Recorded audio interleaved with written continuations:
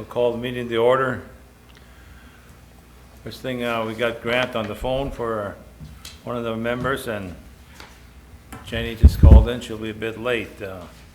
First thing is the approval of the agenda. Move approval. Second. Okay, we got a motion to approve the agenda and a second by, motion by Jim, second by Kevin to approve the agenda. Any further discussion? All in favor? Aye. Okay. Citizens to be heard, did you get any call-ins or anything? Mr. Chair, we did receive a call last week from a concerned citizen. We actually put him on the agenda for today, but we have no other issues to bring forward. Okay, we got one of the members here that came.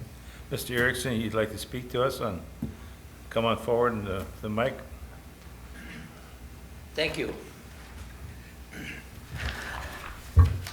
Can you hear me okay?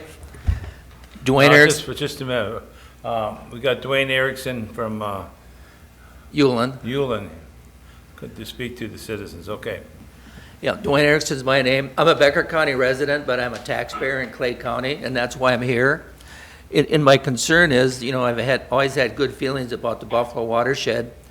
And one of my questions is it correct that the Oakport area is the last phase of construction by the watershed to give it a 100-year flood protection in Moorhead? Repeat that question? It's my understanding that the watershed is in its final phase of flood protection in the Oakport area. Finish that. That's, I believe the work is finished. Okay. I'm not sure that the last area has actually been certified out yet. You'd have to go to the watershed for that, or the city. Okay. And that's just because there's a time frame involved by the time the project is done before it can be certified out of the 100-year floodplain. Okay, but it's apparently close, and that would give Moorhead a 100-year flood protection? It would give that area of Oakport, of Moorhead, a 100-year flood protection, But not all of Moorhead? but not all of Moorhead. Okay, and that's the part I wasn't sure of, because, Yeah.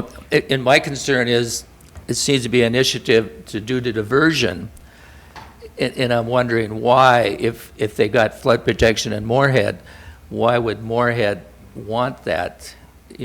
That's my point here, because I know there's a lot of people that don't approve of the diversion, and you're our commissioners, so you're the one making the decision, and I felt that maybe in listening to the appointees you put on the Buffalo Watershed Board, keep it fair and balanced. I mean, don't pack someone that just supports diversion.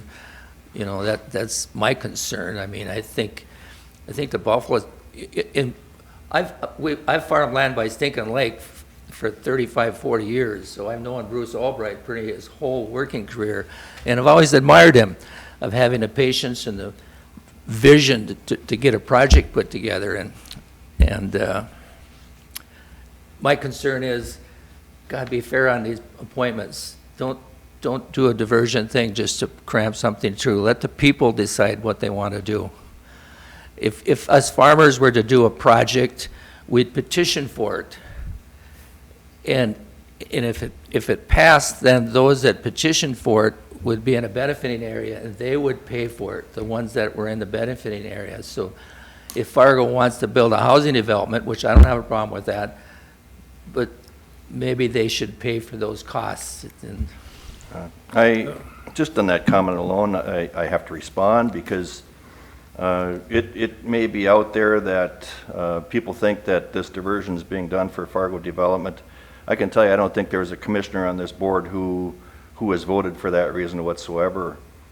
I think the last count, we have probably 60% of our working population in Clay County that works in Fargo and Cass County. So it goes beyond just the need for flood protection from a bricks and mortar standpoint. It has a lot to do with the economics of our region. So but we can debate this for a long Well, time. I didn't come to debate it, really. I mean, I'm sure you're going forward with good choices, but I just wanted to share my concern. We need flood protection, 10 years ago or 11 years ago, when you appointed me, or I think you guys have always appointed me on the watershed board, I toured, the Maple River Dam area and that part of it, Oakport, and here we are, I hate to admit it, 10 years later. It's hard to believe it went by that fast, that, that I've been on that board, but I think I've expressed my concern. I mean, I feel a little bit bad that you removed one board member that had such high qualifications with being a professor in economics and a master's degree in natural resources, but I'm sure you had your reasons for that too. Otherwise, it wouldn't have come to that, but I'm not just lighten up on the diversion thing so everybody gets to participate in it. That's all I ask. Well, one comment I would have, that one thing we're looking for is, in our appointment to the watershed board, is someone that supports our visions for the watershed. I mean, the Clay County Commissioners, we together decided we would like to move forward in a certain way, and if we're going to appoint someone that's going to be against us, I don't know if that's proper. Well, I don't know. I don't hire people for advice that, I don't go looking for people that agree with me. I look for people that bring objectives out. Okay, very good. I mean, I guess I'm not going to argue your voice or anything like that. I mean, I'm just giving you what we're looking for. I didn't come to argue. I just No, you haven't, expressed Wayne. my point, and I appreciate the job that you guys do, because it can be pretty difficult once in a while to make everybody happy. So, Frank, we're good. Yeah. I've never known you to bring up anything for discussion there, so. No, thank you for your words. I mean, that's, I like what I do, and I really like where I live. I wouldn't trade this whole North Dakota, Minnesota thing for anything as far as a place in it, yeah. So, and I support law enforcement. I mean, I don't want to defund any of our police department. Let them do their job. No, I do want to thank you for all the support you have given. I mean, all the years you spend on the Wild Rice Watershed Board. I mean, thank you for your services. It's tough to find people to do some of those jobs. And It thank you. seems sometimes like maybe, I don't know how to say this, other than, as board members, are we supposed to think out alone, stand alone, and think out of the box, or do we follow engineering, or do we do what you suggested, follow your lead? I don't want to be a bobblehead. I want to bring out questions that make everybody think and go from there, but I mean, Okay. anyway, any questions of me? You kind of get the gist of where I'm going and what I think, and I listened to Mark Anderson, Paul, and Jerry, but then I missed the last time, so just kind of curious who you appoint on the watershed because of the fact. And my oldest son farms the land at Stinking Lake. Okay. He does that now, so, and that's been part of the Buffalo watershed projects also, and it seemed to go over quite good. I can remember when it took a while for Bruce to get those old guys like me tamed down and seeing the light a little bit, so. But anyway, no questions? No, we're fine. You like to move on, and I don't blame you. Thanks, guys. Okay, thank you, Mr. Erickson. Okay, the next time we've got the approval of the minutes from August 25th. Move approval. Second. Got a motion by Jim, second by Kevin to approve the minutes from August 25th. Any discussion? All in favor? All right. Aye. Okay. Did we get the bills yet, or can we? They're over here. Okay. Approval of bills and vouchers. Move approval. Second. Motion by Kevin, second by Jim to approve the bills and vouchers. Any discussion? All in favor? Aye. Aye. Thank you. Okay, do we want to do the Buffalo watershed, or we want to wait for Jenny, or?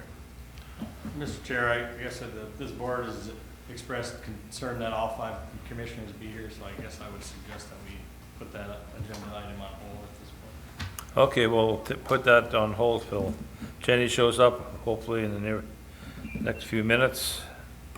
Kathy McKay will update on the COVID-19. I know you two gentlemen probably came for that first item, but we're going to put that off for a while.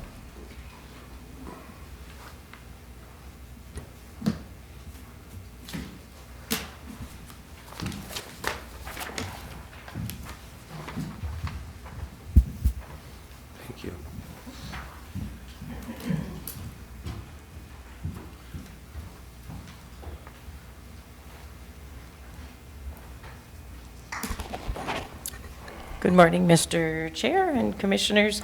We just have a one-page form this time. There's been a system issue with a system called MEDS, is where we get our most accurate information. So this information is actually of the 7th of September.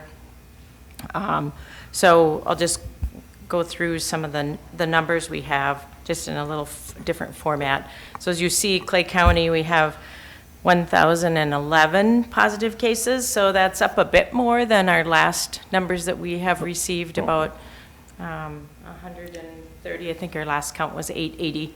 So there's a few more confirmed positive cases. There's no increase in deaths. We still have 40 deaths that we've had for a number of weeks.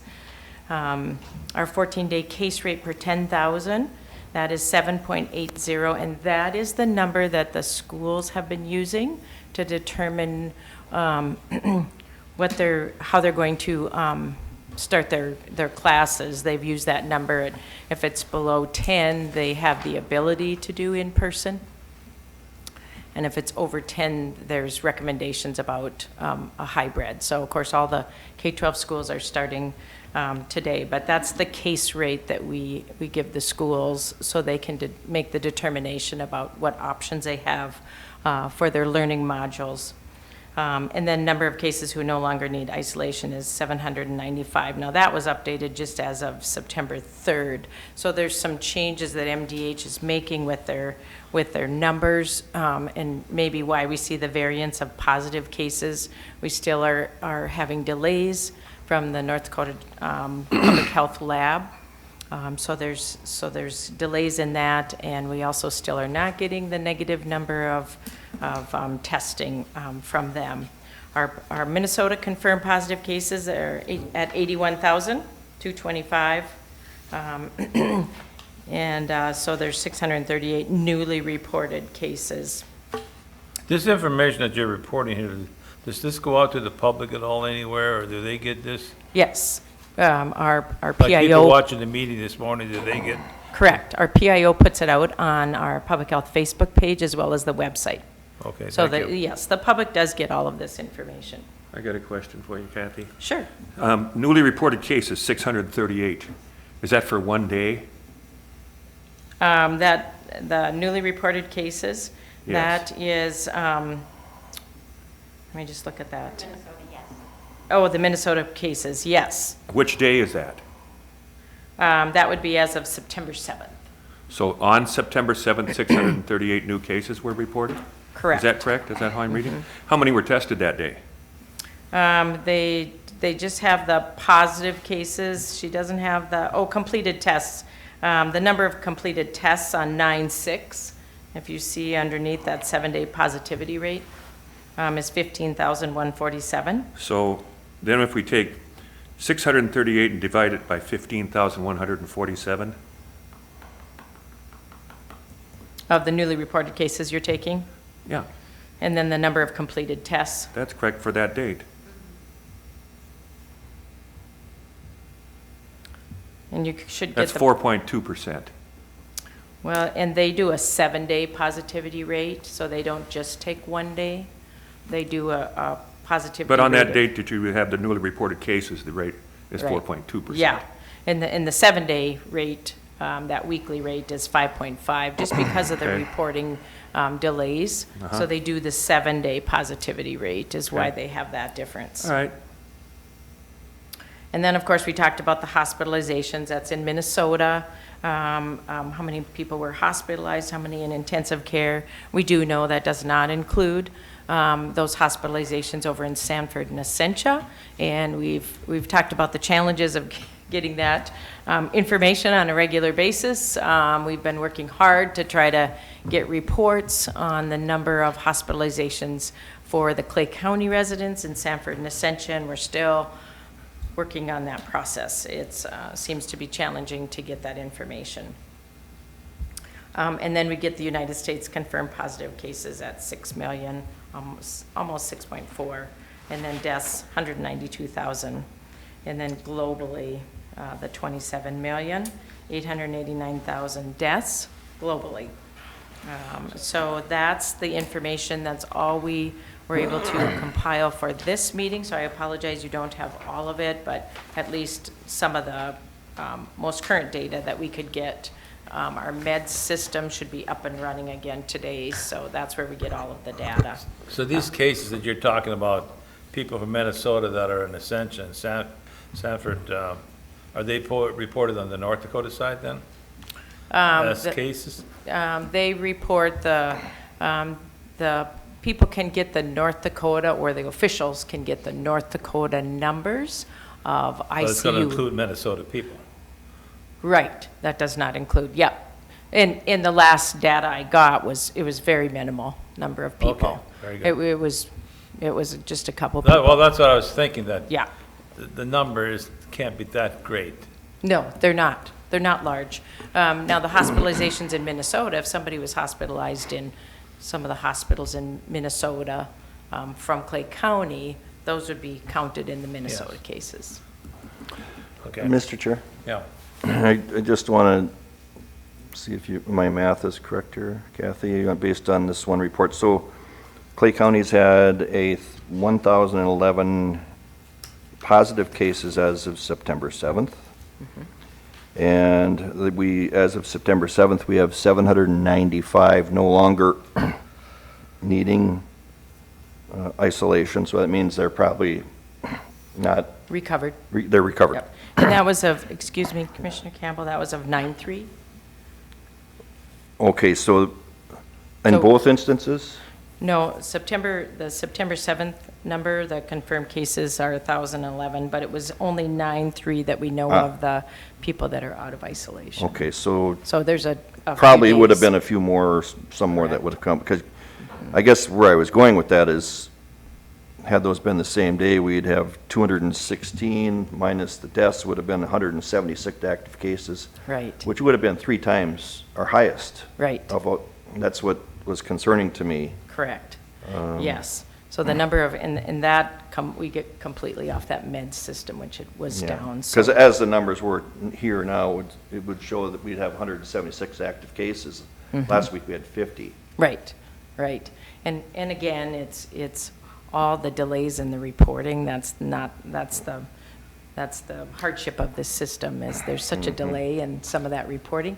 Plus the confirmed cases and the people out of isolation, that changes so frequently that I would say it's not completely accurate. So you're right about that.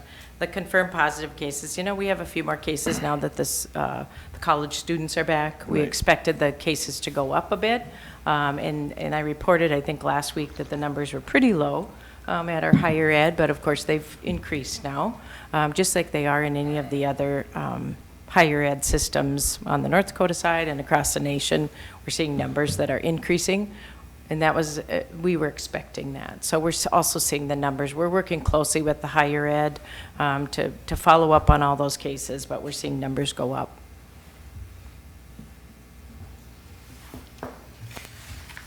Jamie, you look like you've got something to say. Not a lot to share today, but a few things from, the focus for last week from the Minnesota Department of Health was on messaging with the holiday weekend coming up. And there was new guidance that came out. A lot of the new guidance was basically supporting masking and social distancing. So one of those was vehicle gatherings, parades, and drive-ins. So basically the messaging about masking and the 6-foot distancing. There was also information on safe celebrations and events, weddings, those type of gatherings. And then also addressing private homes, and not new information, but just stressing that a private home, you can have 10 people indoor and 25 people outdoor. That's what's in the governor's ordinance. And so basically the messaging is not new, but they're just kind of getting it out there, preparing for the holiday weekend. Looking at, Kathy talked about, we spent a lot of time working with our higher ed last week, and we had a meeting with the Minnesota Department of Health, which actually said they're doing a great job in Clay County and higher ed compared to other parts of the state. But reality is we are seeing some cases, and it is having an impact on our workforce. So we've been working with some of our workforce partners in the community as well to support them with that impact. And so that's pretty much what happened last week, and preparing for the holiday weekend, and hopefully there was a lot of compliance with that. Are there any guidelines that changed as far as churches and stuff like that? No Or does changes. the governor No put out any changes. guidelines? Does the churches do that or the governor do that? That guidance was put out. They had to have plans for being open, and that has not changed. Let's see. Another thing they kind of talked about, there was more guidance on sporting events, but again, it wasn't really new. It was the messaging of the types of sporting events and adults and children and what kind of events you can have. And then also music activities, those are the things that the schools were asking more questions, so they put out guidance, but it was not new information. Is there any supervision yet on this? I mean, I know we got guidance, but does anybody supervise this yet? I mean, does anybody go to a sporting event and say, move over, or? Sometimes it's a self-reporting, and we'll hear about incidences or events. Someone will report that something was going on. With the establishments, we have Minnesota Department of Health is doing random checks as well as targeted checks for establishments that they're hearing about that are maybe not compliant. That's across the state. So they're doing some random checks, and they're also doing some targeted checks. And with those establishments, those are licensed establishments, our food pool and lodging staff will get word of that for follow-up. So Okay. they're doing more of those checks, but so far, it's been about 3 weekends they've been doing that. They've been pretty compliant, so there hasn't been big issues that they've noticed so far. So, but a lot of that, we have received reports of maybe someone working in an establishment not wearing a mask. So our food pool and lodging sanitarians will follow up on that, just to provide the information. One thing we wanted to caution the public, some people are getting all of their information on social media, so we have to be very cautious about that. We're reminding people to be watching the credible sources of information. So the stuff that public health puts out is of course credible, but MDH, Minnesota Department of Health, Center for Disease Control are where some of those credible sources are. So to be cautious about getting your information on social media. One of the rumors that was flying around is about children being taken away from their families by social services if they tested positive, and we want to dispel that. That's totally a myth. If there's children that are tested positive, they are not removed from the home from social services. So that's completely a myth, and unfortunately, that was floating around social media. So we really want people to be reminded that, make sure you check your credible sources. Good point. Any questions? I know it's been brief today, and but any questions that you may have that we I'm haven't okay. answered? No, thank you for your update again. Okay, thank you. Thank you. With that, we go into the CARES Act update. County Minister Steve and Human Resource Director Darren. Good morning, Mr. Chair, members of the commission. Darren has some handouts here for you today. It's been another busy week with our CARES committee. We met 2 different occasions last week on Tuesday and on Friday to talk through a series of agenda items. You have a couple of those on your agenda this morning. And we've been continuing to work with our townships. We still have 9 townships that have not certified that we're aware of to receive their care funds. And again, our goal is to keep as many dollars in Clay County as possible. Our deadline is the 15th of this month. And if they do not certify by the 15th, then the funds will go back to the state of Minnesota. Our big issue to discuss today is our Clay County Business Relief Program. That program did close last night at 11:59 PM. And so with that, I will turn it over to Darren. Okay, thanks, Steve. Like Steve said, the application process closed last night at midnight. I ran these numbers this morning, so these are as of 8 o'clock this morning. Right now, and as the handout says, corporation total is 400,000, limited liability companies are 240,000, nonprofits 501c19s are 40,000, nonprofit 501c3s are 150,000, partnership totals are 10,000, and sole proprietorship totals are 129,000, for a grand total of $969,000 that have been applied for. We had a total of 137 applications. 102 of those have been approved so far, 12 have been denied, and 23 are under review. Those are probably the ones that came in this weekend. The ones that were denied is not included in the 969,000, but the 23 that are under review, I did include those numbers in there. So those 23 are included under whatever business legal structure that they put down on their application.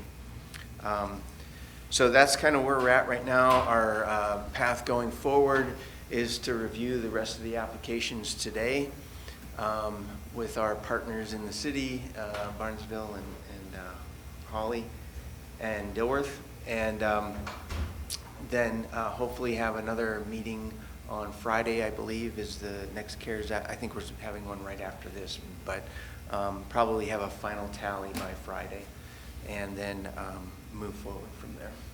So, did you want me to go over this too? Or sure. The other chart that I gave you is our CARES Act spending so far. It just is a representation of how much we've spent in each of the 6 categories. And these are numbers that have been approved by this board so far. And so it's just kind of an update. And as we get the small business numbers in here, then I should probably have that within the next week or so as well. So any questions for me? I have a question. Yes. I have a question about the nomenclature that's used under the small business categories. Okay? You have corporations, limited liabilities, et cetera, partnerships, sole proprietorships. Now, if you have a sole proprietorship, you get a $3,000 grant. Is that correct? Correct. Okay. Well, a correction to that. If it's a sole proprietorship with one employee. That's right. That's what I'm questioning right there. But if you Commissioner have Campbell. multiple employees, you still are qualified up to 10, Right. even Okay. though you're listed as a sole proprietor in here. So the actual ownership of the business doesn't have anything to do with the amount that's given in the grant? It really has more to do with number of employees. Okay. Correct. So that's my question. Should not say solo operator rather than sole proprietorship? Because sole proprietorship, you can have a sole proprietorship with 500 employees or 20 employees or whatever. Right.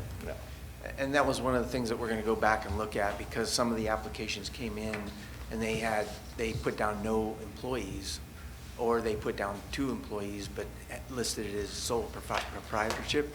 So the number that you see on here, or the business legal structure that you see on here, is only what they put on their application. I think what we'll probably end up doing is go back and see if there are some that would qualify under the 10,000 Okay. rather than. Yeah, that was my question. Yes. The driving factor,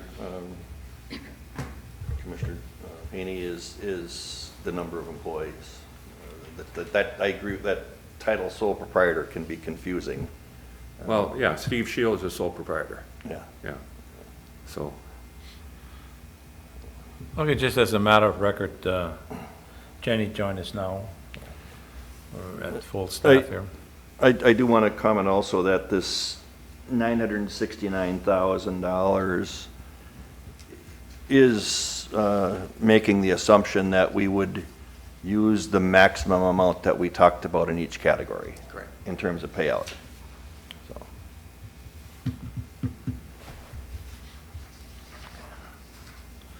All right. Anything further to report? Not this time, Chair. Okay.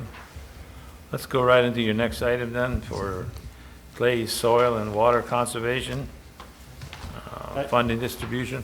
Thank you, Mr. Chair.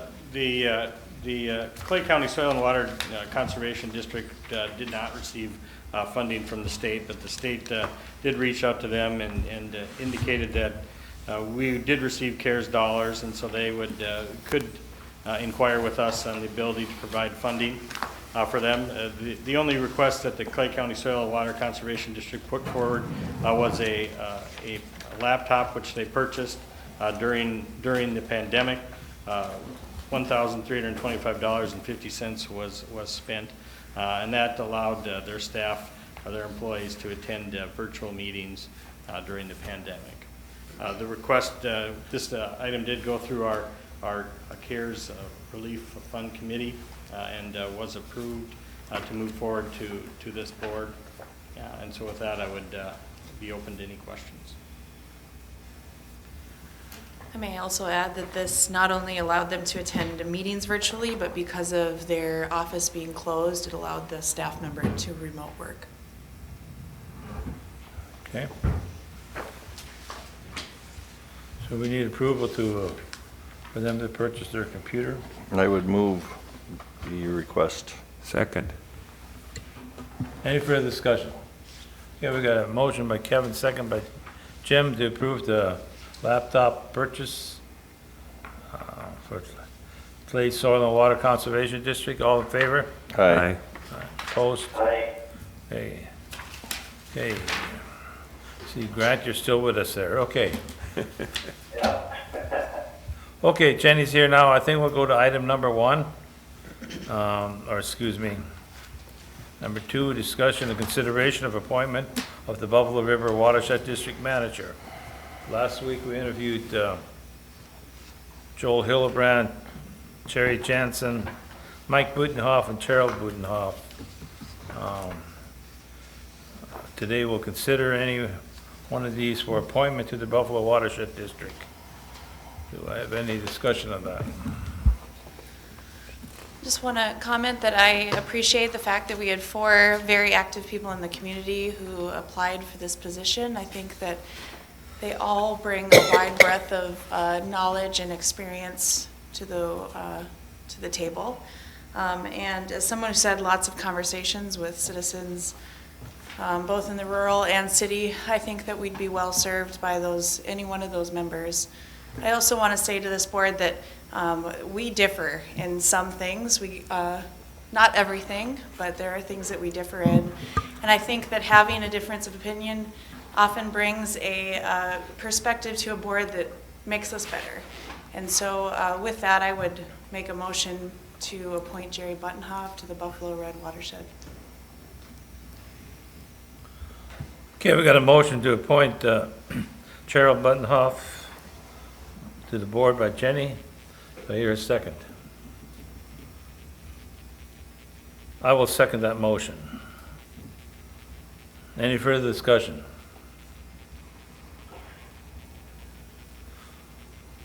Okay, we'll vote on Gerald Butenhoff. All in favor?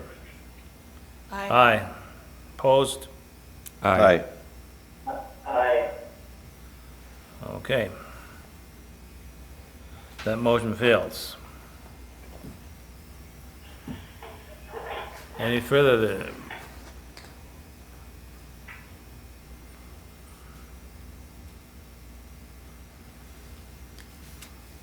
We got no further appointment?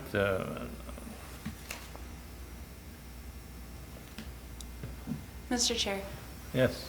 if I may, it may not be a question that will have an answer, but what is the plan? There is a dumpster fire at the Buffalo Red right now. Their administrator of 40 years has left. There is an open appointment. Their interim administrator has left. Boards have to have full seats in order to go forward. And if this board is not going to appoint someone, then I would surely hope that you would look to find appointees, as I have found the last 5 that have applied. If you're not going to appoint a person that applies, find an appointee.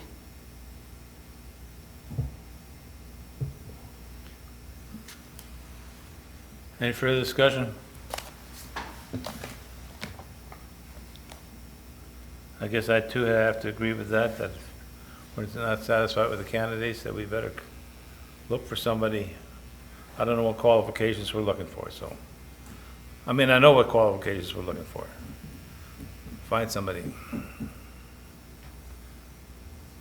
Okay, I guess we'll move on then. What's our, Mr. Chair, Mr. may I I guess so, go ahead. make it short? You know, and Jenny, you weren't here, Dwayne Erickson, you remember me? Yep. And I wondered why there seemed to be such a slant to appoint board members that support the diversion, and here you brought 4 people on board.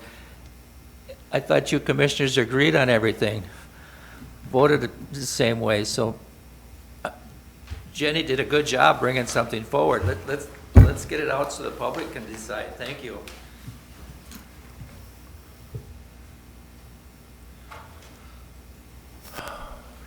So Larson, do you have any words that we need, what we need to do now? We have to advertise again? I guess we would probably follow the same procedure we did last time. We would extend the time that we would accept letters of interest.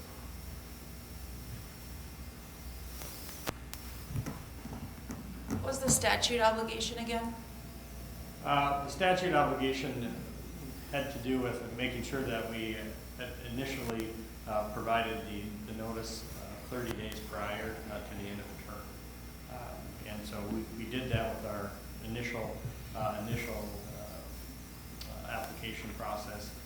Bowser's indicated that we're not required the board has to have an agreement moving forward on who we select. That's why we move forward with extending that application process. So we met the standard according to Bowser, but we are not required to pick someone that the board does not choose to bring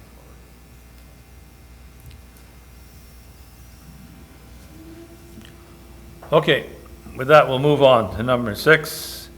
Proposal for storage facility for public health, COVID-related supplies and equipment. Gabe?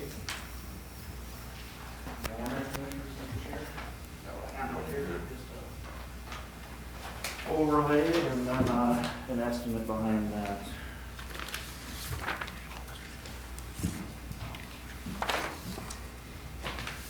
Thanks, Gabe.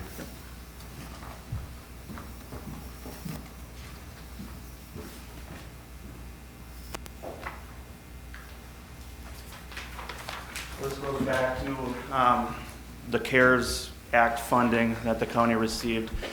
And as part of that, public health has funds dedicated to respond to COVID. And a big part of their response is going to be point of dispensing. So at a certain point, there will be a vaccine available, and our public health will be tasked with administering that vaccine and distributing it throughout the county. Also test sites, and then kind of in relation to COVID, flu vaccine is very important at this time of year. So that being said, public health is having to kind of purchase a lot of equipment and stockpile their product for vaccine. At this point, I don't believe they know what exactly, as far as climate control, the vaccine will need to be kept in. But anyways, so they are looking for storage space. They do not have space to keep, they've got a couple of mobile trailers that they will pull to point of dispensing sites with all of their equipment in. And they need a place to keep that stuff. Also, at some point, we know they will be needing some climate control equipment, be that refrigerators, freezers.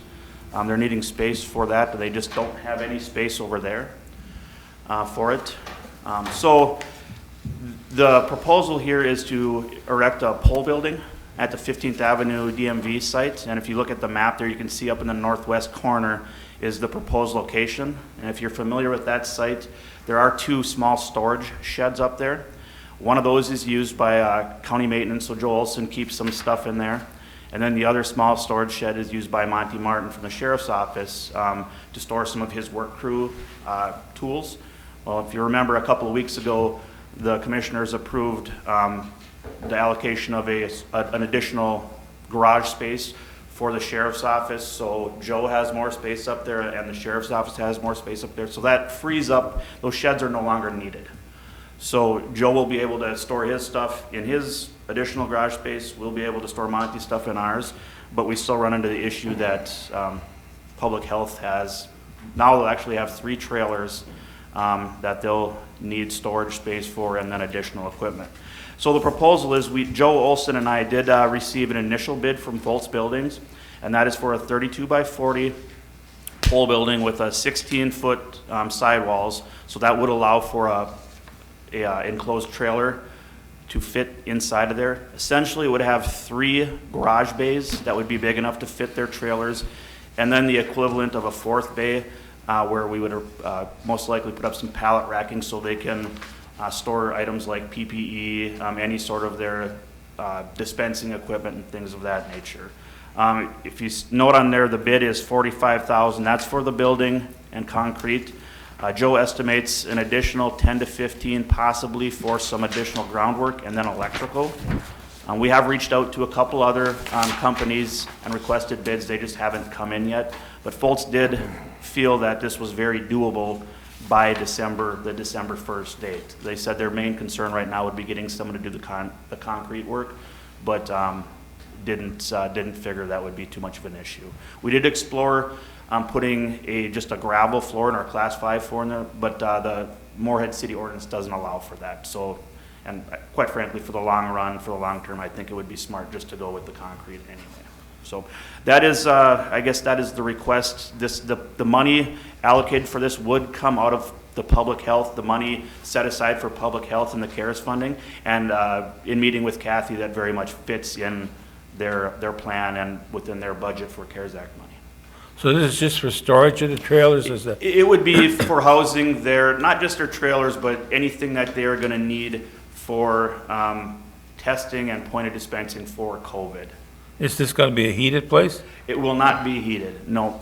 So if they put climate control like freezers and stuff in there, there's kits you can buy for those. So let's say in the middle of winter, it would maintain it at whatever temperature they need. So that'll be, once they get more clarity on what the vaccine will require, they will purchase equipment for that. This is essentially space to keep all the, I guess, the required equipment that they'll need. So. Okay. Mr. Chair? Yes. You bring up a really good point, and I think even Kathy McKay had talked to us in our CARES committee meetings about they haven't been given the guidelines yet on how those things would be stored. So it might be in our best interest to maybe look at having one of those bays at least prepared to be able to insulate and to be able to make a heated area. I think that would make sense in the event that we, and then also, you know, I think it's important that depending on what's in there, security might be an issue, depending on what's in there. So I think it'd be worth our while to talk to whoever does this to at least preliminary set it up to where we could do that later to insulate and. That makes Yep, sense. That would make sense. That could be easy enough, especially that 4th Yeah, stall that, yeah. you know, to wall that off. Yeah. And I would like to add that our CARES Act committee talked about this quite extensively, and we fully recommend that this would be good use of the public health CARES dollars to move forward. And with that, Mr. Chairman, if there's no other, I would move that we move forward with building the size that we talked about here, and I think I'm not sure about who yet, but maybe what we could do is I would move that we authorize up to $70,000 be used towards the building and electrical to move forward. Any additional questions for me? How much would it cost to insulate it? You know, that I don't know, I'd have to look into that. If we only did a stall, you know, I would guess probably an additional 10 at the minimum, you know, but that, right now, the estimate would be about, you know, between 55 and 60 to get the electrical done. So I think we would be able to fall within that, the range that Kevin is requesting. And maybe put a unit heater in there or something. Excuse me? Put a unit heater in there. Yep, Yep. they could put a, some sort of a reservoir Overhead. heater or something Yes. hanging from the ceiling. Very efficient. Any further discussion? I don't know that was there a second to my motion? Not yet. I shouldn't have called for discussion. Okay, we've got a motion to consider putting a 32 by 40 building up. Do we have a second? Second, And we got a second. Now, do we have any further discussion? sorry. Okay, we got a motion by Kevin, second by Jim, to put up a 32 by 40 building. All in favor? Aye. Opposed? Okay. And I think the construction price may be, we show 45,677, but we could amend that. I think that was to include any additional Yeah, for a heating. Mr. Chair, because I'm not sure of, right now, we only have a number from one company, and we don't have an exact number on the electrical. That's why, maybe to, you know, because we're up against the clock on this, that's why my motion was 70, because I figured in any event that will handle it. And then, of course, we will have to follow the rules that govern quotes and that type of thing. I know under emergency situations that goes, we don't have to deal with that to some extent, but Okay. Next thing we'll go, request for approval of tax forfeiture list by Deputy Auditor Nancy. Oh, excuse me, Gabe, were you done with yours? Okay.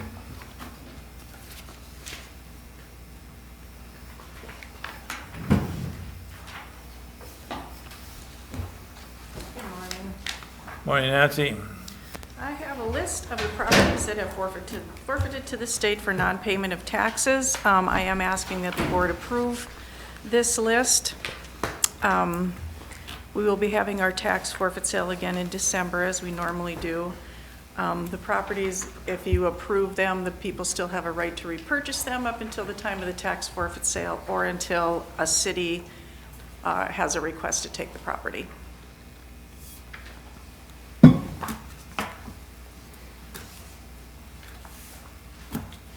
Okay. I'd move approval of the list. Okay, we got a motion to approve the list presented by Nancy. Is there a second? Second. Okay, thank you, Grant. We got it. Okay, we got a motion by Kevin, second by Grant to approve the list by Nancy for the tax forfeiture list. Any further discussion? All in favor? Aye. Opposed? Motion passes. Thank you.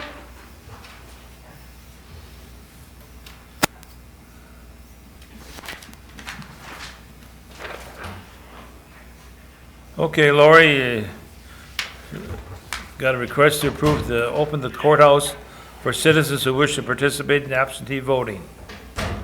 Yeah, as you're aware, our general election is coming up pretty soon, and our absentee balloting starts on September 18th. And so right now, the courthouse is only open for appointment, or by appointment only, so we're requesting that we open up the courthouse for absentee balloting, starting on the 18th through November 2nd, as well as on that Saturday before the election, and on November 3rd as well, because we'll be having everybody come in here, but not available for absentee balloting, but for election judges to return their supplies. So people would have to identify themselves as the absentee ballot Correct, yep, before they're allowed downstairs? yep. Okay? Well, Any questions for I Lori? certainly think it's appropriate to do that. I just hope that we're able to just follow the 6 feet, Yeah, we should be able to. We're going to start with the absentee balloting upstairs at our office like we normally do. But once it starts to get a little busier, we're going to move it downstairs to the old motor vehicle. So we'll have 3 windows there, and then we've got tables and stuff we'll be able to set up down there, so we should be okay with the 6-foot distancing. This is coming right up. Yes, it is. That brings to mind another question that I have left over from the last election cycle. We received a letter from some parents of a vulnerable adult last time around, a resident in one of the group homes in the county, Okay.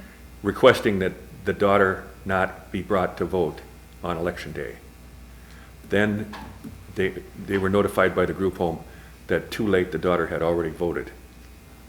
Okay. Is there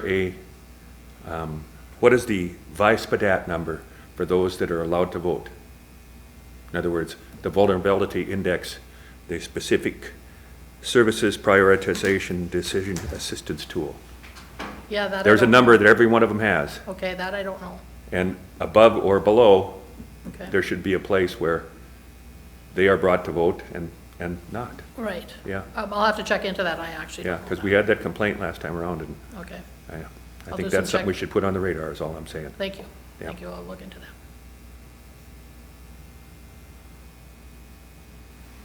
Well, Mr. Chair, absentee balloting, I think, is critical, and I certainly think that we need to have that availability to our citizens to come in and, can they request that by mail, or does it have to be? Absolutely. You can fill out an absentee ballot application and mail it in. You can also do it online at the Secretary of State's office. We also have a link from our website. We are also going to get a new drop box to have downstairs. We've got one right now as well, or we did for the primary. We're going to get a new, more mailbox. It looks more like a mailbox, and it'll be bigger. And so that'll be downstairs as well. We're still doing some checking into whether we're able to have them at other locations. We haven't gotten guidance from Secretary of State on that yet, but, we may be able to put it by City Hall or, in South Moorhead or something like that. But we haven't done any check, we haven't received guidance on that yet, so. Mr. Chair, I would move the request to open for absentee balloting, and I hope that there can be some coordination in the event that there would be a large turnout at one time, how we control that. Okay, we've got a motion to open the courthouse for absentee ballot. Is there a second? Second. Okay, we've got a motion by Kevin, second by Jim. Any discussion? Okay, the motion is to open up the absentee ballot to begin September the 18th, running through November the 2nd. All in favor? Aye. Aye. Aye. Opposed? Okay. Motion passes. Thank you very much. Matt. And this Greg, you coming along, okay? We got Matt Jacobson and Greg Thielman, I take it, okay, from Houston Engineering, talking about the Buffalo Red River flood insurance study. Yeah, good morning, Mr. Chair and Commissioners. Just want to give an update on the Buffalo River flood insurance study that was first talked about in 2016. There's a contract signed in early 2017, and much of the work was done in 2017 and in 2018. The goal of this study was to update a reach of the Buffalo River from just east of Highway 9 and then going west and north of Glendon to the west, just west of County Highway 19. The floodplain that was modeled in that area was really wide and not quite accurate, so the goal was to refine that a little bit, narrow the floodplain up and make it look a little more realistic. So that's kind of where we're at. In 2018, there was one contract amendment to this, just because of some back and forth between Houston and FEMA, and there's some comments between Houston Engineering and FEMA that continue to this day. So Greg, I don't know if you have anything to elaborate on. Sure. So the map handout that I gave you, that shows the extent of the study. basically from the railroad north of Glendon to just upstream of the railroad by Buffalo River Speedway, south of 10. So what's shown on here is the effective map. So the blue, anything in the blue is in the 100-year floodplain.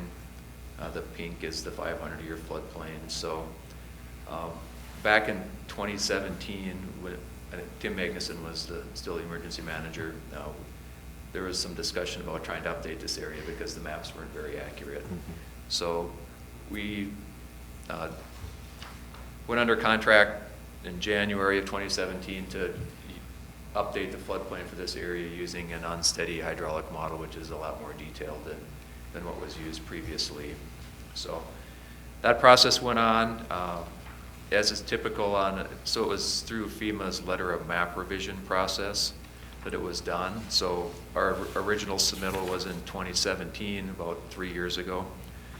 Typically, you'll have some back and forth with reviewers. Every time we submit something, they have 90 days to respond to it. So you're talking in these 3-month windows of response. So in 2019, we thought that we had everything pretty much approved. The hydraulic reviewers had signed off on it. There were some mapping reviewers that had us do some additional work. So if you look at the timeline for the cost, which is on the second page, our original contract was about $78,000. We had an amendment in June of 2018 for just under $30,000. So the total contract amount was about just under $108,000. Houston had some staffing changes and some inefficiencies that we viewed, so we did actually write off a fair amount on this project, about $43,000 in October of 2019, thinking that that was the end.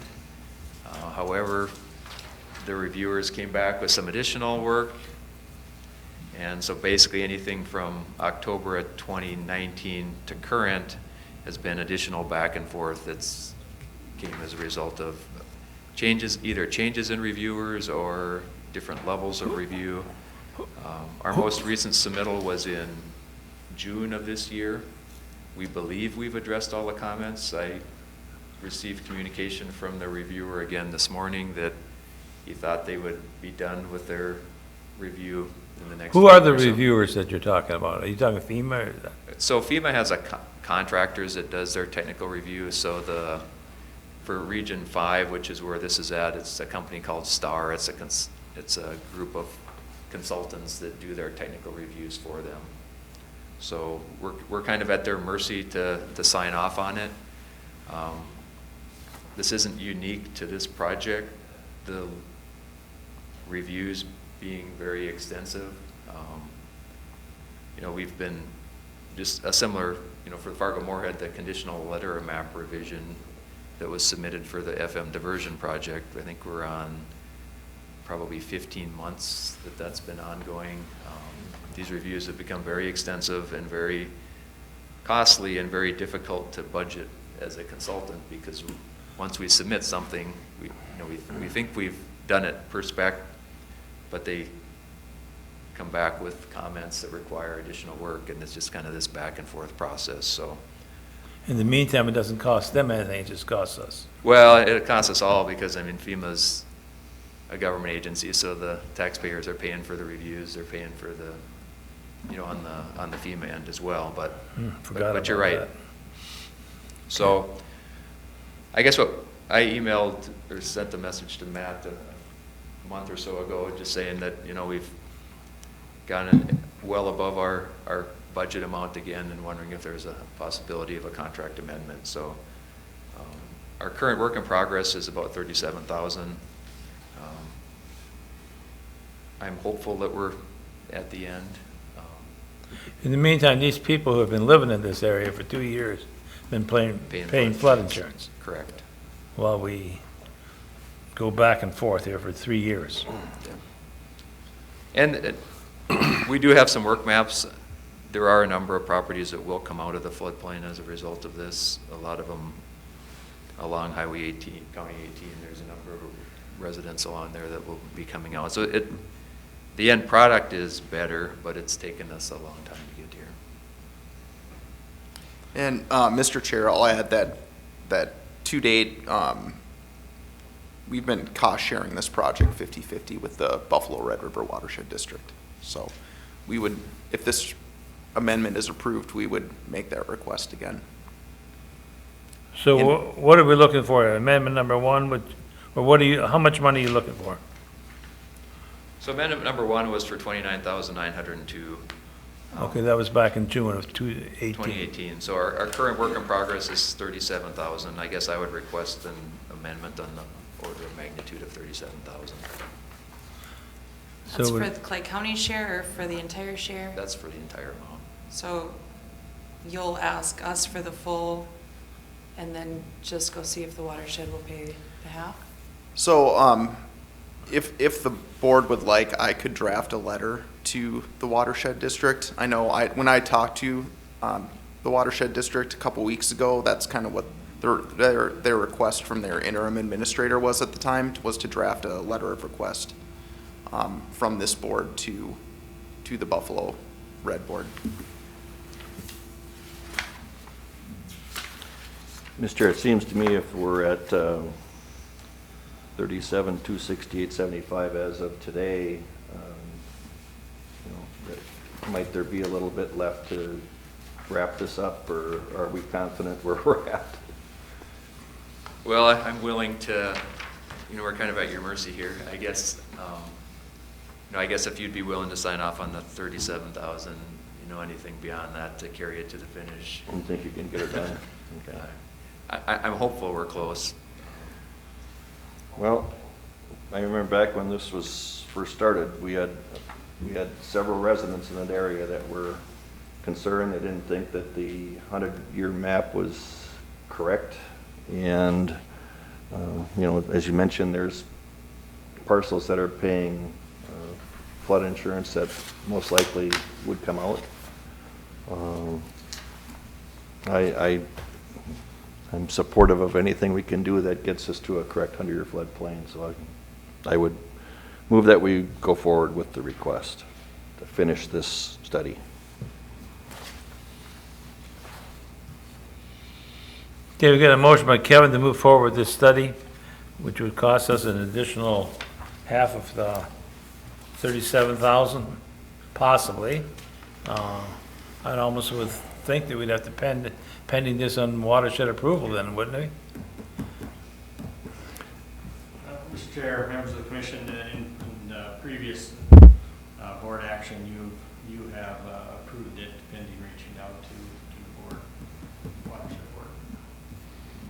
Yeah, because if they don't approve it, then we're stuck for the whole 37, if we approve the whole thing, I mean,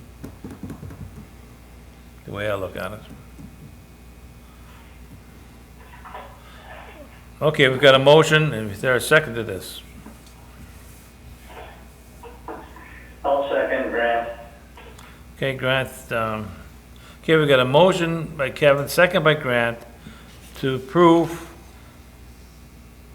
$37,268.75 pending the approval of Watershed Board, 50% participation. Is that the way we want to do that one? Or did I? Well, no, I think that's fine, that's included in there. I think the original intent on the part of our board and the Watershed Board was to get this done. Yes. And on a 50-50 basis, and I don't see any reason why that the county now should be left holding the bag for 37 on our own, so. Okay, we'll move ahead with that motion. Any further discussion? All in favor? Aye. Opposed? Aye. Okay, motion passes. Thank you. Thank you. Good luck, and I guess if you hear back any different, we'll have to go through this again or revise our motion or whatever.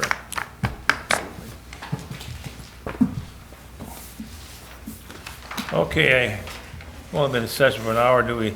Oh, Dave isn't here, huh?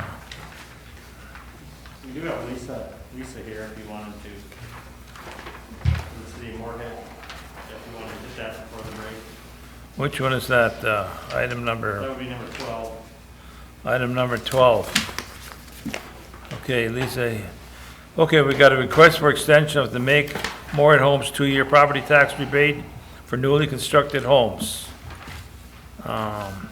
Lisa Bode, presenting that. Thank you.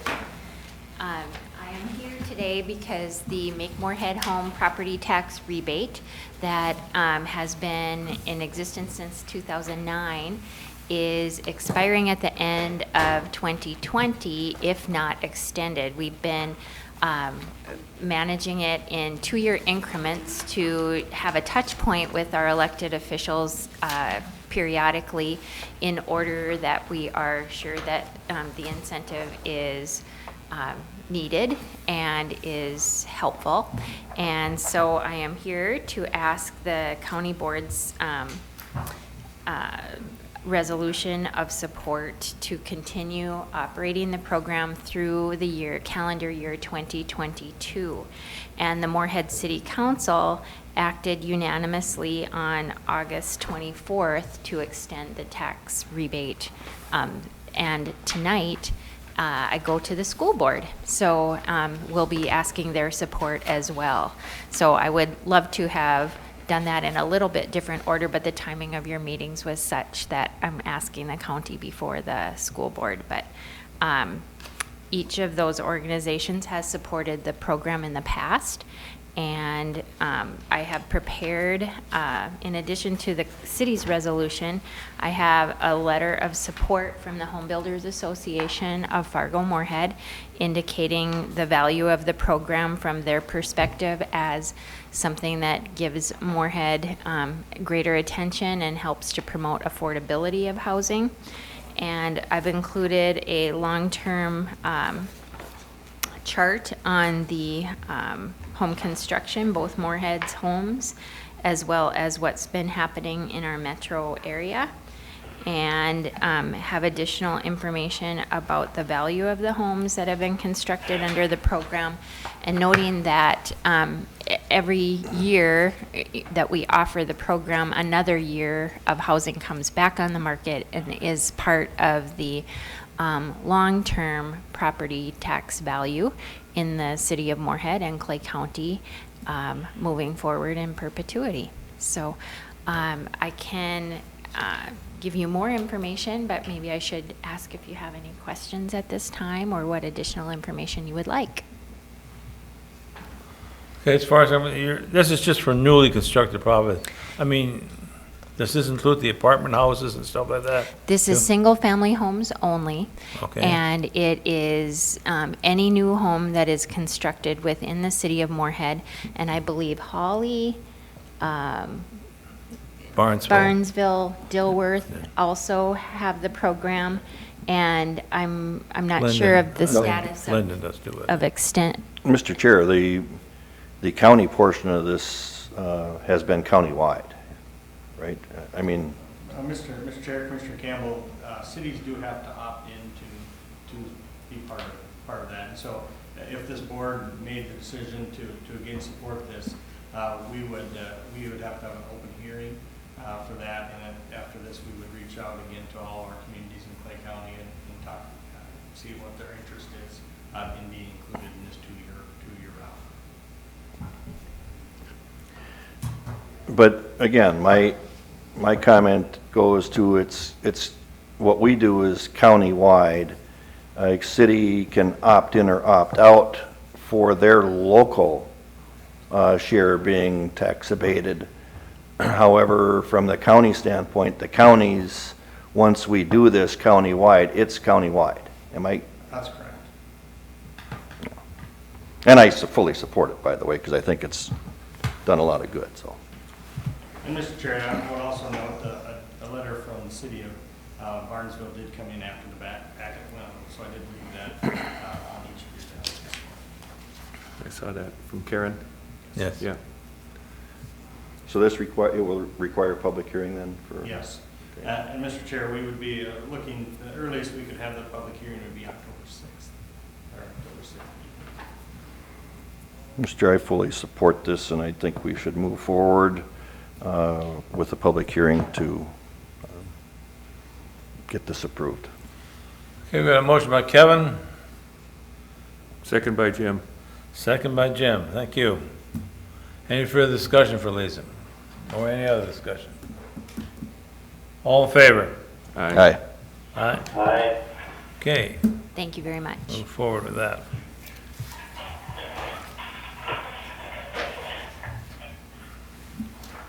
Okay, let's do number 11, reappointment of County Assessor Nancy Gunderson to a new 4-year term of office.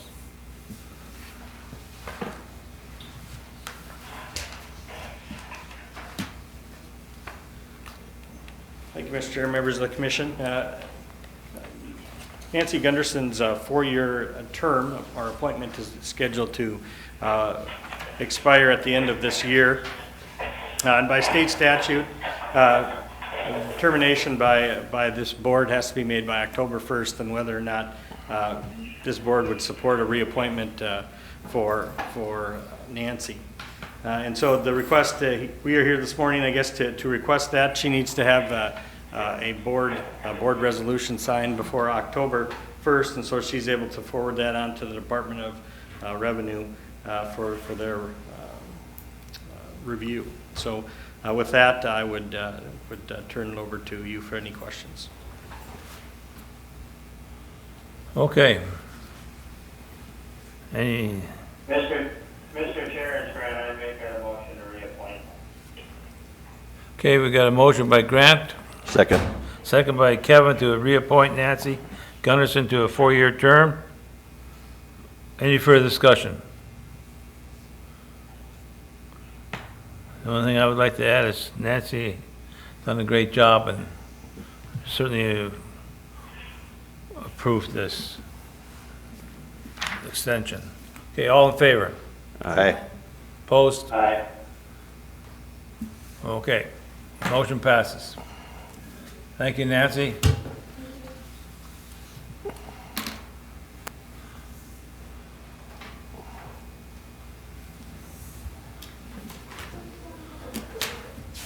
Okay, we don't have Dave here.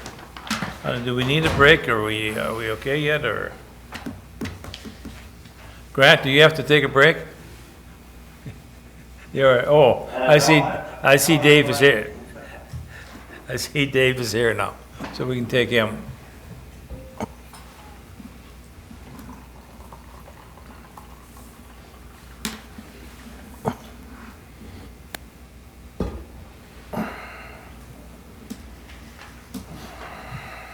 Okay, Dave and Justin, got a couple of items, proposal to complete AW for mining in Felton Pit, and also for bridge maintenance quotes for Wall Street. Yeah, good morning. Justin and I have been working with maintenance staff as well as Director Jacobson on an EAW. It's for mining in our county pit, and it would basically be to expand the area to the south a little bit within the property. Justin, you want to give a little more information on this? Yeah, so I would say this spring, Matt and I kind of started talking about the need for an EAW. It is a federally protected area, is that right, Matt? So it's an area where there is designated critical habitat for at least 2 federally and state endangered species. So it's also... I think you're going to speak into that mic probably more. Sure.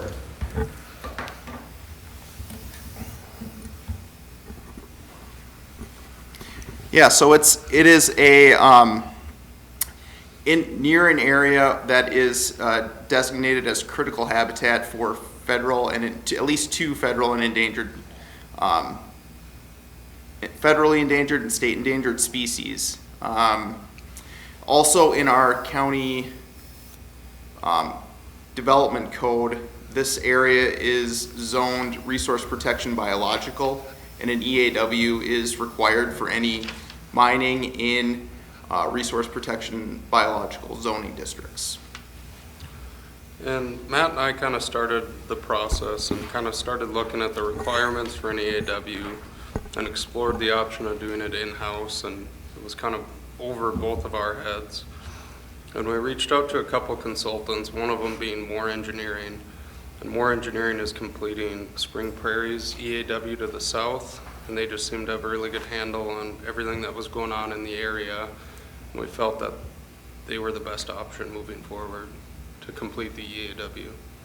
Yeah, they're really doing almost the exact same thing about 2 miles away, and we feel a lot of the things that they'll be doing for that project will be real similar to ours. And the person that we spoke with, we had a couple of webinars with them, very knowledgeable in this area. I thought the price was pretty decent for the amount of work that it's going to take for the public meetings and putting this all together. It's very critical that we are able to mine in this area. If we're not able to continue mining to our south property line, we're going to be out of resources. We're almost going to have to import resources into this area. There was a couple of areas in the county that were not serviced with gravel out of this pit this year. So pretty much all the 4 or 5 townships to the north of the pit, or up in the very north tier, there's all for the county uses almost always comes out of here just because of the location is so close. This is one year where gravel contractor bid gravel out of different pits up in this area, so it's pretty obvious that we're getting close to running out of clay is the biggest thing that we need, and this area will help expand the use for many years, or up to like maybe 10 years at least, until we kind of get things opened up and use all the, there's sand in one part of the pit. We get the coarse aggregate from the water in the central part of the pit, and then some more granular coarse material plus the clay comes out of the south part. Do you have a map for us to look at? I probably don't have one with me. I should have brought I'm one. trying to visualize. This pit is surrounded by the Clay County Bicentennial Prairie, correct? Right, yep. On the east and the south and Well, the I think north. on the south, I think it's the B-Bar B, is that right? So that's private to the south. Doesn't the road to the Bicentennial Prairie go through there? No, Right it along- goes to the northwest of it. Does it? Yeah, Okay. you're right, though. The driveway is kind of on the south property line that goes to the east where that Okay. 160 acres So it's not is. going to tear up that buffalo rock that's up there? No, not at all. No, correct. Okay. Yeah, we've been kind of told we gotta stay out of there, that portion. Sure. Okay, so what's all involved in the EAW? What do they have to do that's gonna cost us $39,000? So the scope of work has 7 different tasks. First task is information gathering, and that's, a lot of the information is out on site, and that's what 1 to 2 months. Task number 2 is baseline vegetation, habitat, and site assessment. Task 3 would be county and Minnesota DNR coordination. Task 4 is the draft EAW preparation. Task 5, draft EAW revision with the EQB submittal. Task 6, public meetings, and Task 7 is response to comments, and then determination if an EIS is needed. Is there anything else that you want to clarify? I've never really been through one of these before. The closest I've been, I guess, is some of the work that's being done with FM diversion. I know there's different things that are real similar to this during the diversion, but for the most part, I guess it's a lot of kind of going back and forth with the DNR, gathering submittals, and then writing the report to see. I guess the biggest thing is how invasive is the work that we're going to do, and if it is to a point where you need an EIS, this is a determination to see if more environmental work is needed. Okay, as I understand, this is county land, Correct. but in order for us to mine on this, we have to do a EAW. And I think it's a couple of reasons, like Matt said, it's because of the zoning. It's got the ag resource protection zoning. And biological. And biological. And then there's also, it's the DNR habitat that's out there. There's some federally endangered species that are, I think there's the skipper and a couple, maybe another item or two that are in that area. Water bird buffalo and species. stuff like that. Right. Okay. There we go. And we have Well been done. following the Felton stewardship plan that was done about 20 years ago. There's some, this area is in, it basically states that we can mine down in this area, but a takings permit may be needed. And a takings permit would be part of the EAW itself. We would utilize our county maintenance dollars for, or our consulting budget, I should say, for this. There's dollars in there. It'd be best if I can use my 2020 budget, because I think I got more this year than next year. So I'm hoping a large portion of the 39,000 can be spent in 2020. It'll help my budget out. I know we discussed this at Highway Track, and it just seems like. And the red is where you're proposed to do the Yeah, so it's- EAW?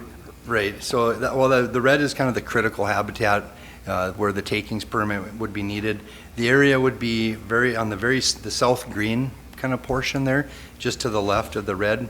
Kind of looks like Louisiana, like the little boot there. Right on the edge of the pit? Right, Yep. yeah, on the very south. I got it. Yep, okay. North of 140th Avenue Yeah. there. Just that little piece, so basically we want to extend our impact area down to the south fence line there. The south fence line is in the red, correct? Portion of it on the east Yeah. side. Some is on the red and some is kind of in that green area. Okay. Mr. Chair, is so the dollars spent on the EAW, that information that's obtained through that process, in the event of a full environmental impact statement, that research would go towards that as well, right? So it's the preliminary study, basically. Yep. Yeah. So that work would not have to be redone. No. Okay.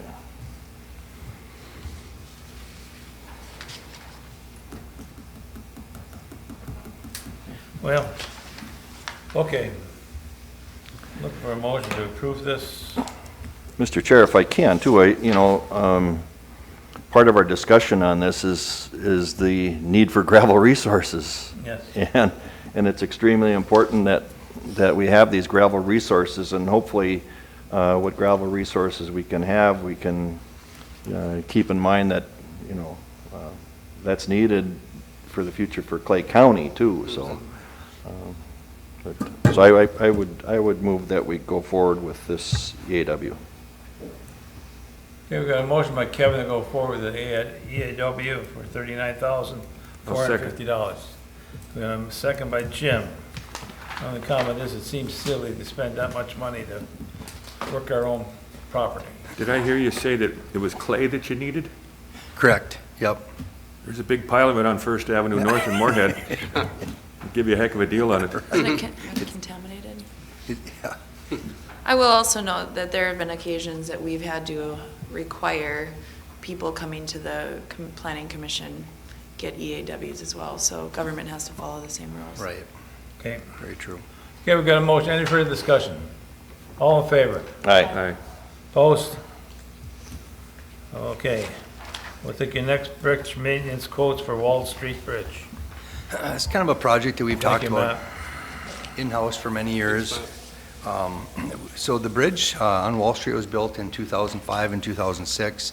There's a lot of hairline cracking out there, and we've been talking about sealing this, and I think we can, well, not only think, but we are going to do it in-house, but we met with the city of Fargo, who is the other joint owner of the bridge, and as we were looking at it, we decided, well, maybe we should put a little texture on there, because it is fairly smooth.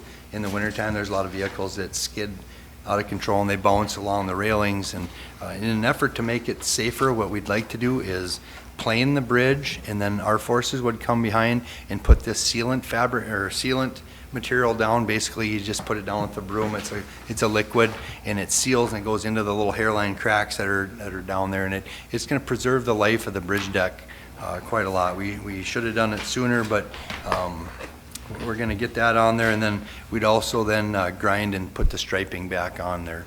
The City of Fargo has approved cooperation on this at a 50-50 rate, which is the way the little bridge agreement we have put together. We got a couple of quotes, and Diamond Surfacing is basically one of the biggest players in our area. They did the planing on the County Road 11 bridge. I don't know if Kevin, if you and Frank might remember. several years back, there was some neighbors out there that thought the noise was really loud, and when we did that approach abutment work on the north side, because it was settling, we had it replaned, and the noise they got a way to do it so that the friction is still there, the skid resistance there, but the noise is better.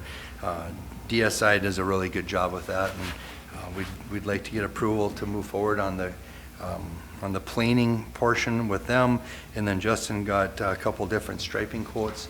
We're going to grind it in this time, which should last longer because the snow plows won't scrape it down. It'll be just below. And that work is $17,668.20 for the grinding and striping, and then $53,565 for the planing work from Diamond Surfacing. Is that the amount total?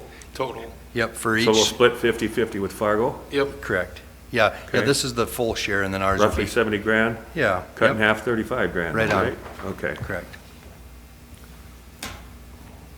I'll make a motion to approve that. Okay, we've got a motion by Jim to approve the work on Wall Street. Second. We've got a second by Kevin. Any further discussion? All in favor? Aye. Aye. Okay, very good. Thank you. Mr. Chair, Yes. if I may, can I return to the discussion and consideration of the appointment of the Buffalo Red? Yes. The reason being is there were 4 applications and we acted on 1. I really feel like we should officially act on all of them if that's the avenue that we would like to take. I just don't feel that it's appropriate for us to receive applications and not address them. I will make a motion to appoint Joel Hildebrandt to the open position on the Buffalo Red Watershed District. Okay, we got a motion to appoint Joel Hildebrandt. Do I hear a second?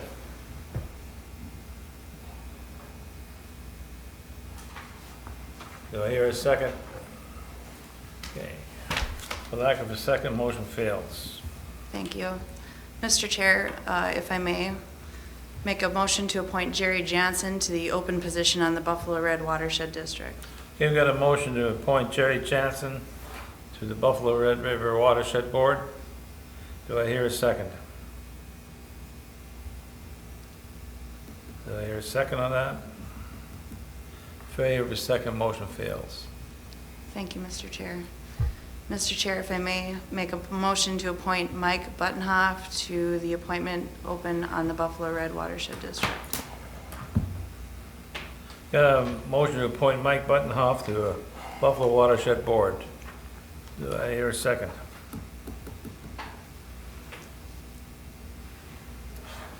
Failure of a second, motion fails. Thank you. Okay, we'll move on to item number 13. We got a resident. I take it this is Joel. You're here and you want to... Okay, Joel, you want to come forward to the microphone? Have a seat. This is Joel Walswick. There's a matter with the sheriff he'd like to discuss. You want to present your case? Do I need to have this on? You can take it off. It's on. Okay. Thank you, Commissioners. Am I good to start? Yeah, go ahead. I'm here today, Commissioners, because in July of 2019, traveling through the town of Glendon, I was pulled over for not using my blinker. I subsequently got a citation for that, which is either $135 or $145 for not using your blinker. I realize this is one of the most serious crimes there ever could be, but there was no traffic at the intersection, and I chose to fight it. So what I did was, you have 30 days to decide.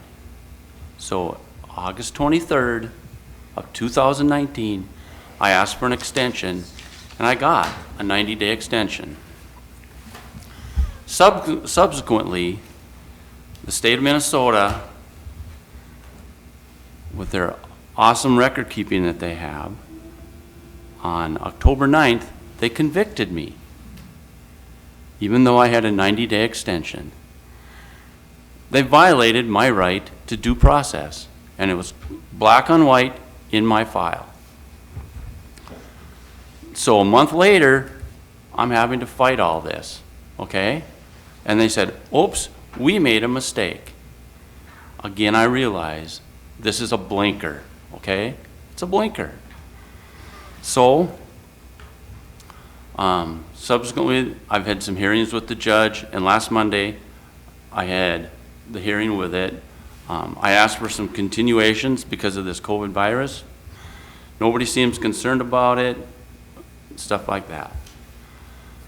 But the main thing with this traffic violation is this.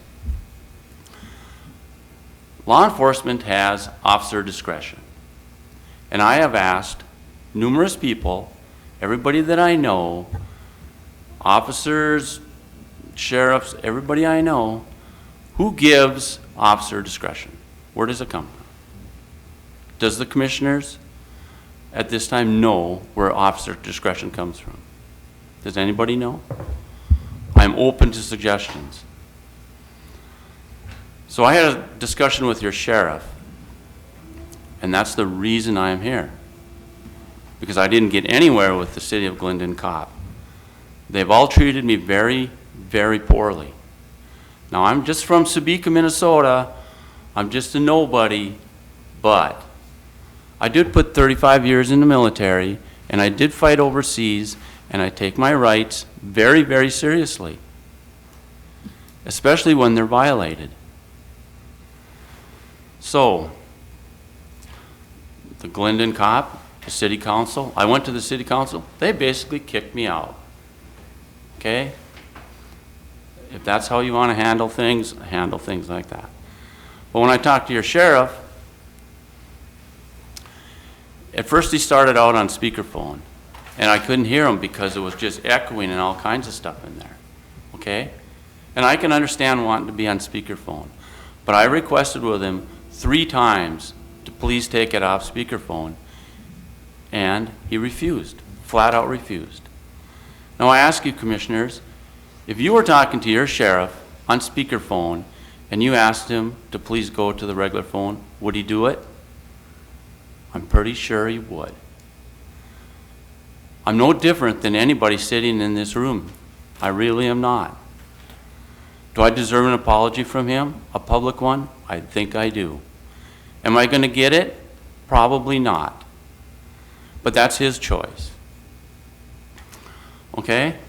So, with this officer discretion thing, my whole deal is, when you're driving through the town of Glendon, in Clay County, officers have the right to give you a warning or a ticket. But they have been given that discretion by nobody. There is no statute in the state of Minnesota that gives them officer discretion. The only person that can decide guilt or innocence that I know of is a court. And if you guys know of anybody else, please let me know. But it was actually kind of cool to be able to go to that hearing, because I found out some things about Judge Amber Gustafson that, number one, she's not very honest. Mr. Chair, in all due respect to Mr. Walsbeck, the reason we allowed him on the agenda today was to address the issue with the sheriff, not to address the issues with the courts. Yeah, and I'm coming to that. Okay. I respect your decision or your question. Okay, so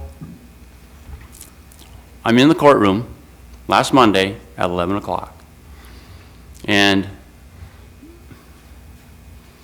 one of my reasons for being in there was when I wanted a continuance because of this virus, Steve Beetlesbacher, who was the prosecutor, he objected to it. And he signed his name, Steve, on the email. Okay? I didn't realize that the prosecutors are on a first-name basis with the judges. I didn't understand that. I always thought they were more formal than that. And so I wrote that to the judge. Well, they say the judge doesn't read the emails, but in the courtroom, she mentioned, this is a formal hearing, we will use people's titles because it's formal. So gentlemen, I know that she read the emails. But here's what I learned in the I'm courtroom. here as well. I'm a commissioner as well. I'm sorry, ma'am. Thanks. I'm very sorry. Thanks. I was in the military, and there was a And lot I of appreciate females. that. Thank you. I won't do it again, hopefully. So, in the courtroom, I get to testify. And I'm up on the testimony, okay? So I'm not facing the front anymore. I'm facing the back. And I sure thought it was neat that this is the place where the deputies go to take a nap. It was awesome seeing that. Anyway, gentlemen, ma'am, that's Yes. all I have. Okay. My question is, what rights were violated? You have a right to due process when you ask for a 90-day extension, and I have that right here, Commissioner, if you would like to see it. Oh, no, that's fine. Okay. I believe you. Okay? And if you, here's what it says, and this is verbatim. Okay, I'm just Jesus. trying to find out which one you're referring to, what rights was violated. Mm-hmm. I agree with you now. Okay. Okay? No further explanation needed on that. Okay. But for the purposes of the public, maybe they should know, Commissioner. I was granted a 90-day extension on August 23rd.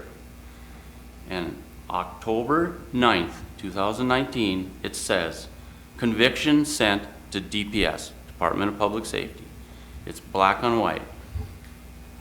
Now, I would hope the judge, in her wisdom, does not convict me twice for this crime. I realize it's a very serious one, but somewhere, ladies and gentlemen, enough is enough. And I realize you cannot force your sheriff to issue an apology, but I think he owes the public apology for having a deputy sleeping in that courtroom, because they're there for safety. Again, That's all I have. I think Thanks. we're getting off the record again, I mean, off the, what we're talking about, so. I have a right to say what's true. I'm still trying to find out what you want of us, that you want to speak in front of us. Your sheriff wouldn't give me a public apology. And when I talked to Commissioner Haney, he says, you ain't gonna get one. I did not say that to you at Yes, you all. did. That's a lie. You said that's not I gonna did not happen. say that to you. Yes, you did. No, I did not. You Commissioner? mischaracterized, you told me two stories and you weren't straight with me from the beginning. I wasn't straight. You weren't, and you are How not now. straight is this? I did not say that, that's a lie. If you didn't say it, you wouldn't be so excited. Seriously. I know what I heard and I know what you said. No, you do not. You are lying. No, I'm not. Yes, you are. No, I'm not, Commissioner. Okay, we'll move on here. That's Still not trying to fair. figure out what is all that you want. So you want an apology? I just wanted a public apology from the sheriff because he was rude. I just said, could you please take it off speakerphone? Because I couldn't understand. Every third word was a blah, blah, blah, blah, blah, blah, blah, blah, like that. Very unprofessional, very inconsiderate. So you want a public apology because he didn't go off speakerphone? I think I deserve one. But he also deserves, he needs to apologize to the citizens because, long story short, he had a deputy sleeping in a courtroom, and I witnessed it. I'm This is a not waste of concerned time. about that, okay? Okay? I understand that. Okay? And whether I Chair. get it or not, I've As- had my day in front of the commissioners, Yeah. and you too, ma'am, and I appreciate it very much. I just wanted to make a point, and I believe I've made it. Okay. So with that, Mr. Chair, as somebody who has a child who is entering driver safety, I think this is a perfect example of to follow basic traffic laws, and you can avoid a lot of heartache in the end. Yeah, I'm just trying to find out, I thought this was for being cited for the blinking, but that's got nothing to do with it here. You want just, what you want is a public apology. I went through a whole bunch of stuff for a blinker, and I'm sorry, I didn't catch what ma'am had to say. I didn't. Commissioner Mocho, okay? What did I didn't hear what she said, just a I little said, bit. as someone who has a child who's entering driver safety, I think this is a pretty good example of how you should follow basic traffic laws. You can save yourself a lot of heartache in the end. That's what I said. You know, ma'am, I think you're right, but the problem lies in who gets the warning and who gets a ticket. Okay, well, Okay, so when we your son's- appreciate your is it- service to this country, When- and you know that law and order is very important. I do. And in this instance, you're wrong. I'm sorry. So, ma'am, Yes, sir. when your kid's driving and he gets a ticket and Yes. everybody else is getting a warning, it'll be fine. No, he should get a ticket. He should Exactly, absolutely get a ma'am. ticket. That is my whole thing. Everybody should get a ticket because that's the law. That's Right. what you just said. And That's you- the law. You did. Okay? But they give warnings, they don't give tickets. So how do you not get a ticket? What do you got to do to get a warning? That's my question. So I can tell everybody that drives through Glendon or in Clay County, hey, Follow the law. if you don't want to get a ticket, if you just want to get a warning for speeding, here's what you do. No, you should follow the law. No. Simple as that. I'm done, Mr. Chair. Mr. Chair, I think that Mr. Walsvik will have his day in court and will be able to share these concerns with the courtroom, and I think the scope of what he brought forward has been addressed, and so I would request that we consider moving forward. Mr. Chairman, who is seated to the left of me? Pardon? Who is this to the left of me? I don't know who this is. This is our county administrator, Okay, Mr. Larson. Okay, I talked. He to spoke him on the phone, yes. Thank you for responding. Okay, Although I don't agree with him. Okay, I don't think we're gonna act, I mean, we appreciate what you've given us, nothing to act on. Thanks for your time, commissioners. You too, ma'am. I'm still a commissioner. But you're also a ma'am. Okay. Thank you, all the Captain answers. Obvious.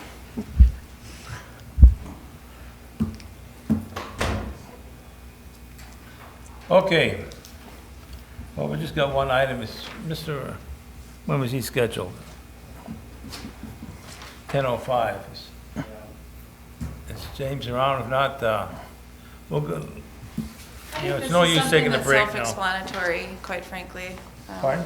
I think his, okay, thank you. Mr. Chair, Mr. O'Donnell is requesting a grant through the Office of Justice. I had asked him to bring this forward just from the standpoint that there's an awareness of this board that he's applying for that. They're looking to the juvenile center has 7 classrooms in their facility, and they have through the Moritz School District, and this has an opportunity to request 70. They would get 70 Chromebooks with this grant, and so the request would be that Mr. O'Donnell be able to put forward this grant. Okay, looks like a good idea. I would make a motion that we grant the request. Second. Okay, we got a motion by Jim, second by Kevin, to approve the grant for the 70 Chromebooks, and there'll be no county match in the way it looks. That's correct. There's no match. Okay, any further discussion? All in favor? Aye. Opposed? Okay.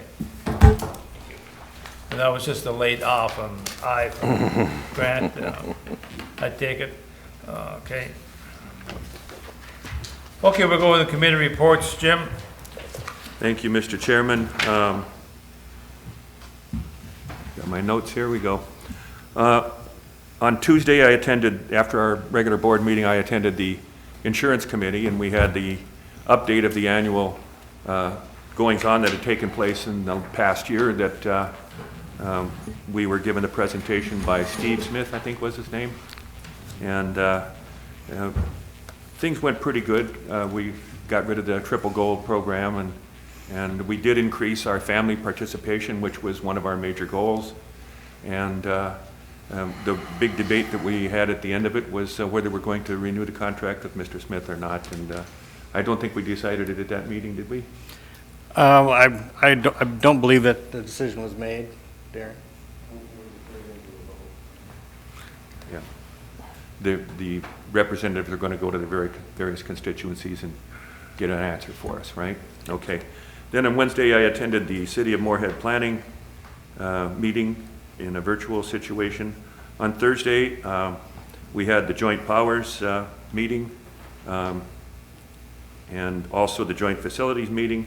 We heard the sad news that the 20 21st Street underpass is not going to be completed until the fall of 2021 at the earliest, and the railroad work that will go on continuing constructing the shoe fly will go on at least through 2022. So, we also discussed various topics to discuss at the retreat in January. And then, let's see, I had one more. Oh, I also attended the Clay County Collaborative Governance Board. We reviewed the budget from 2020 and 2021, and that is my report. Okay. Grant, do you have anything for us? No, Mr. Chair, no report today. Okay. Jenny? Thank you. Last week I had a CARES committee meeting. We discussed the issues brought forward in the previous agenda items. Had a MetroCog executive committee meeting. We talked about additional office space that is opening up in the building and the possibility of future expanding should the need arise. And I had a Cass Clay Food Partners meeting, first Friday's update on what we've been up to with the Cass Clay Food Partners, and that meeting coming up this week. And then we talked a little bit about pasture rotations, I guess is the best way. Thank you. Kevin? Okay, on Tuesday, the 1st, we had a Highway Tracking Committee meeting. We dealt with the EAW issue. We had some discussions about right-of-way issues that are going on in regards to the County One project. I got an update on the County Road 18 drainage study that's being done. That's kind of right by, it'd be the northeast corner of the lagoon property, that area there. There's been some holdback of water that's impacted some properties there. Let's see, we had a little bit of discussion about going to conferences, out of state travel for conferences. Then at the same time as that, there was the county insurance meeting, which I couldn't be at both, so Commissioner Haney gave a report on that one. Thursday morning we had then Wednesday morning I went to Perham to Detroit Lakes for a meeting regarding the Prairie Lakes insurance issues, looking at, could we potentially get some private insurance for that. So I serve on the insurance committee so that's why I traveled for that one.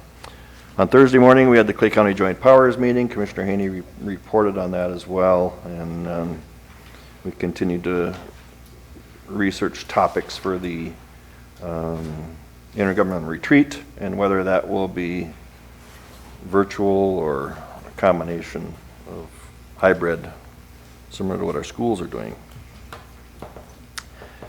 Then we also had a CARES Act meeting that morning at 9 o'clock, and Commissioner Mojo has already reported on that, and we did act on some of those issues this morning. That concludes my report. Okay. The meeting I had was also highway tracking last Tuesday.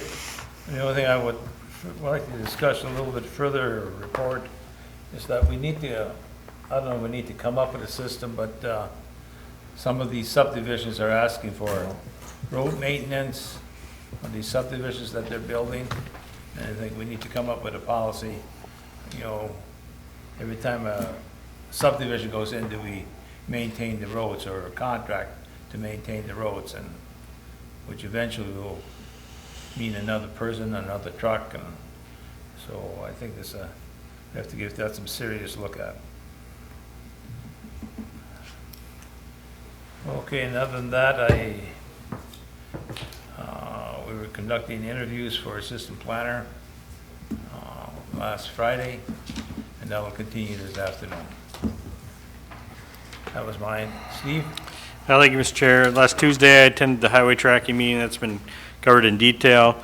On Wednesday, I met with Ben Madsen, construction engineers, on our community meeting space. We're meeting again this afternoon.